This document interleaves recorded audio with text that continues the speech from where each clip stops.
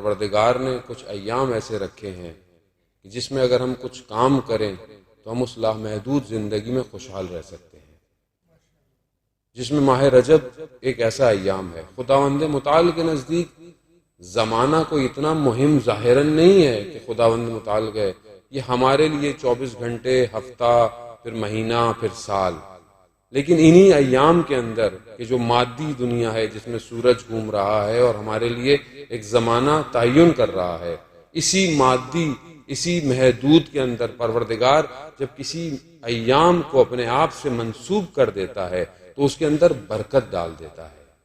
اسی لیے ماہ رجب کو پروردگار نے اپنا مہینہ قرار دیا۔ اب اگر ہم اس سے فائدہ نہیں اٹھائیں گے تو یقیناً ہم باقی چیزوں کی طرح اگر ہم دنیا سے گزر گئے تو روز قیامت حسرت کھائیں گے کہ یہ ایام گزر گئے اور ہم نے اپنی زندگی میں ان کو اہمیت نہیں دی۔ ماہ رجب بھی بالکل ایسی ہے، یقیناً آپ نے اس سے پہلے گفتگو سنی ہوگی ایام میں، ظاہر ہے اور بھی آپ کے پروگرام پہلے بھی ہو چکے ہیں، لیکن بہرحال توفیق ہوئی ہے، کچھ دن رہ گئے ہیں تو شاید ہو سکتا ہے کہ ہم کچھ دن بہتر گزار سکیں۔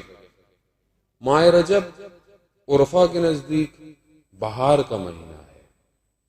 بہار کس کو کہتے ہیں؟ شکوفہ ہونا، دوبارہ زندہ ہونا، تجدید حیات ہونا۔ جو چیز مرجھا گئی تھی وہ دوبارہ کھلتی ہے، اس کے اندر زندگی آتی ہے۔ عرفہ اس کو بہار کا مہینہ کہتے ہیں، کیوں؟ کیونکہ روح کے کھلنے کا مہینہ رجب ہے۔ جو لوگ رجب میں محنت کرتے ہیں وہ شعبان میں اس پہ اور محنت کرتے ہیں، نتیجہ ماہ مبارک میں ان کو ملتا ہے۔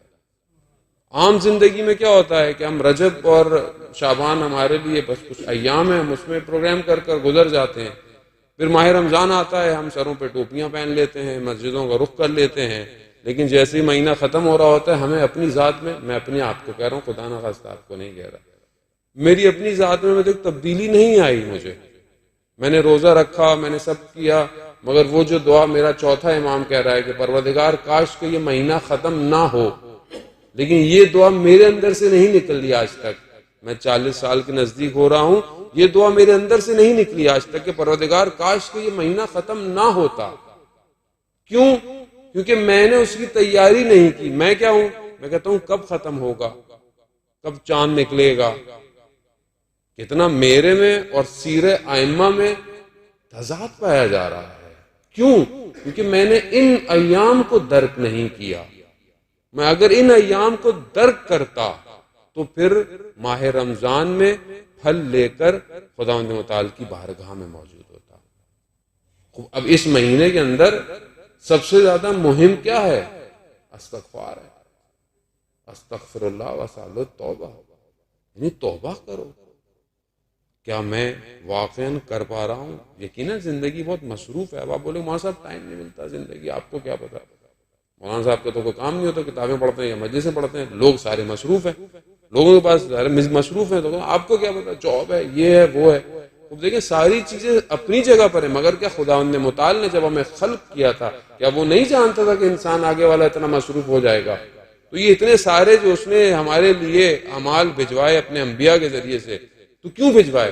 یا تو ہمیں نہیں جانتا تھا، یا تو آپ بولے کہ نہیں پروردگار کو نہیں پتا تھا کہ 21ویں سینچری میں اس فاسٹ سیزن میں رہنے والی جگہ میں ہماری زندگی بہت مشغول ہوگی۔ ایسا نہیں ہے عزیزان محترم، یہ صرف ہم اپنے آپ کو بہانے دے رہے ہیں۔ ہم چاہیں تو اپنی رفتار کو اولیاء کی رفتار کے قریب کر سکتے ہیں اگر چاہیں تو، اور نہ چاہیں تو۔ انبیاء کے دور میں انبیاء بہت کوشش کرتے رہے، لوگوں نے کچھ نہیں کیا۔